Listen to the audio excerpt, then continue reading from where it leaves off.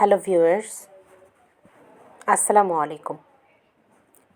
আজকে কথা বলবো জাপানিজ সাহিত্যিক হারুকি মুরাকামি রচিত একটি বই নিয়ে, যার নাম হচ্ছে আফটার দ্য কোয়াক, যার জাপানিজ শিরোনাম হচ্ছে কামিনো কোদোমো তাচিওয়া মিনা ওদোরু। এটি একটি অনবদ্য গল্প সংকলন যা 1995 সালের জাপানের ধ্বংসাত্মক কোবে ভূমিকম্পের প্রেক্ষাপটে রচিত।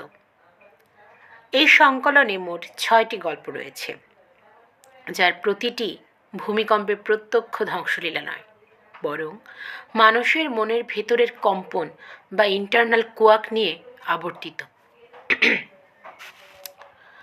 1995 সালে জাপানের ইতিহাসের সবচেয়ে ট্র্যাজিক বছরগুলোর একটিকে ধরা হয়। 1995 জানুয়ারিতে কোবে শহরের ভয়াবহ ভূমিকম্প হয় এবং মার্চে টোকিও সাবওয়েতে সারিন গ্যাস হামলা চালানো হয়। মুরাকামি এই সময় জাপানিদের জাতীয় মনস্তত্ত্ব বোঝার চেষ্টা করেন। আফটার দ্য কোয়াক বইয়ের গল্পগুলো ভূমিকম্পের ঠিক পরের মাসগুলোতে, অর্থাৎ ফেব্রুয়ারি 1995 সময় সেট করা। মজার ব্যাপার হলো, এই গল্পগুলোর চরিত্ররা কেউই সরাসরি কোবেতে নেই, তারা দূরে কোথাও বাস করছে।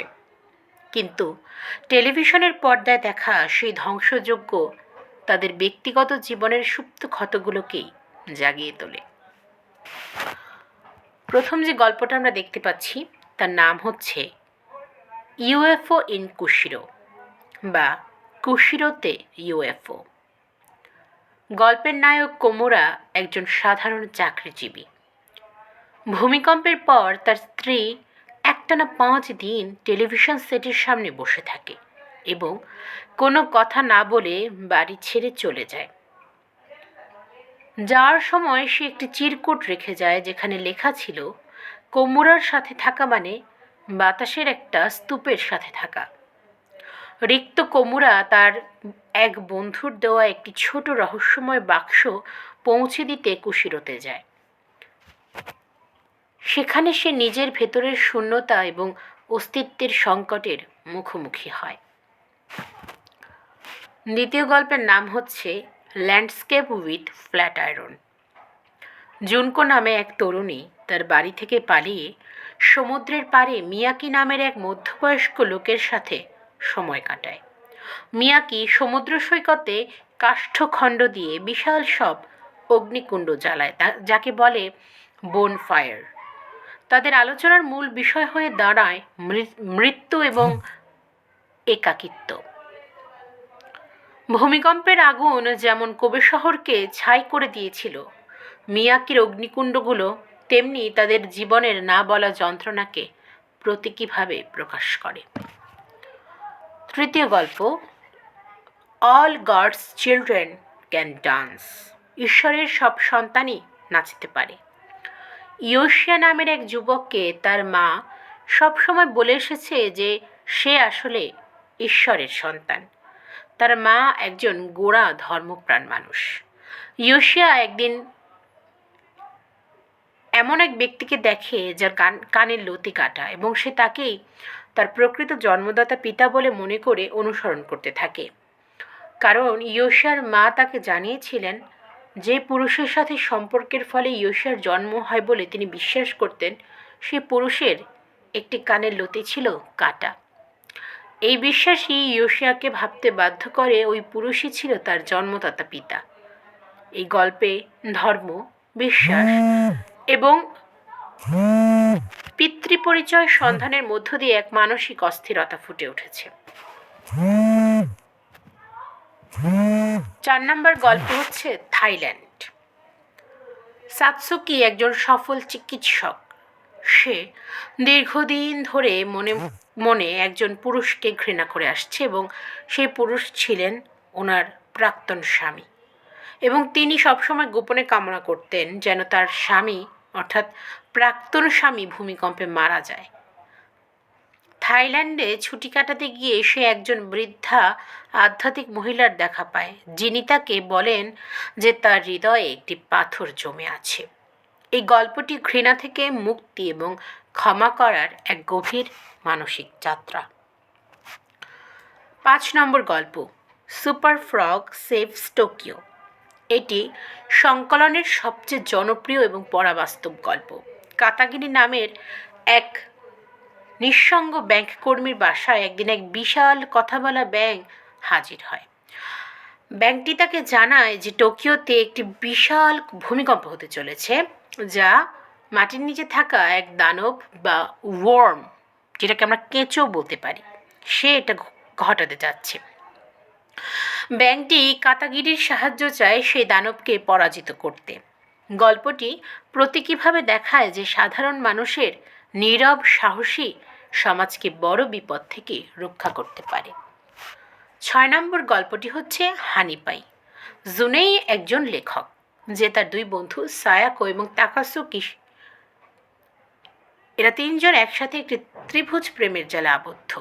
সায়াকো তাকাসুকির বিয়ের পর জুনে একাকী হয়ে পড়ে, কিন্তু ভূমিকম্পের পর তাদের বিচ্ছেদ হয় এবং সায়াকোর ছোট মেয়ে, মানে সায়াকোর একটি সন্তান ছিল, তার মেয়েটা ছোট্ট ছিল, তার সেই ছোট্ট মেয়েটি সালা ভূমিকম্পের আতঙ্কে ভুগতে থাকে। জুনেই শেষ পর্যন্ত তার ভয় কাটিয়ে তাদের দায়িত্ব নেওয়ার সিদ্ধান্ত নেয় এবং এটি পুরো সংকলনের সবচেয়ে আশাবাদী গল্প। এই বইয়ের মূল উপজীব্য যে বিষয়গুলো রয়েছে সেগুলো হলো, প্রথমত শূন্যতা এবং অস্তিত্বের সংকট। মুরাকামির চরিত্ররা প্রায় এক ধরনের মানসিক অসারতা বা শূন্যতায় ভোগে। ভূমিকম্প যেন তাদের এই সাজানো জীবনের ওপর থেকে পর্দা সরিয়ে দেয়।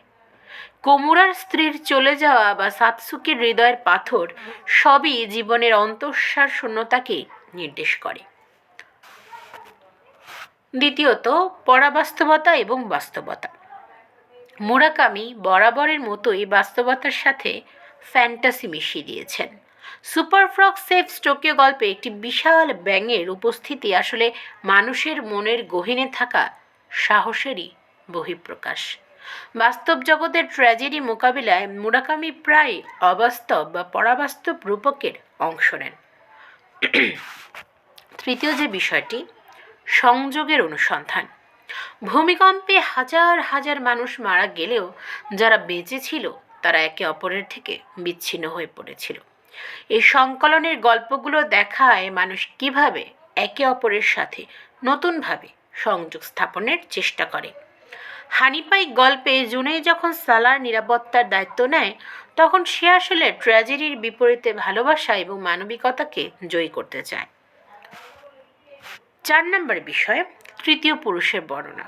মুরাকামি সাধারণত ফার্স্ট পার্সন বা উত্তম পুরুষে লিখে অভ্যস্ত, কিন্তু এই বইটিতে তিনি থার্ড পার্সন বা নাম পুরুষের ব্যবহার করেছেন। এর মাধ্যমে তিনি চরিত্রগুলোর থেকে কিছুটা দূরত্ব বজায় রেখে জাপানি সমাজের সামগ্রিক বেদনাকে একটি বৃহত্তর ক্যানভাসে উপস্থাপন করেছেন।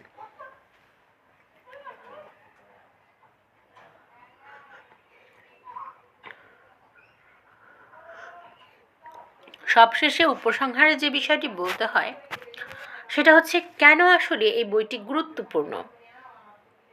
আফটার দ্য কোয়েক কেবল একটি ভূমিকম্প পরবর্তী সময়ের দলিল নয়, এটি মানুষের মনের ভাঙা গড়ার গল্প। মুরাকামি এখানে দেখিয়েছেন যে বাইরের পৃথিবী যখন ভেঙে পড়ে তখন আমাদের ভেতরের পৃথিবীটাও নড়ে ওঠে, কিন্তু সেই ধ্বংসস্তূপ থেকেই নতুন জীবনের সম্ভাবনা জন্ম নেয়। তার ভাষায় আমাদের প্রত্যেকের ভেতরেই একটি ছোট ছোট ভূমিকম্প চলছে, যা আমাদের ক্রমাগত পরিবর্তনের দিকেই নিয়ে যায়। মুরাকামির গদ্যশৈলী সহজবোধ্য হওয়া সত্ত্বেও এর গভীরতা পাঠককে দীর্ঘক্ষণ চিন্তা করতে বাধ্য করে। যারা জীবনের অনিশ্চয়তা এবং নিঃসঙ্গতার মাঝেও আশার আলো খুঁজছেন, তাদের জন্য এটি একটি কালজয়ী পাঠ।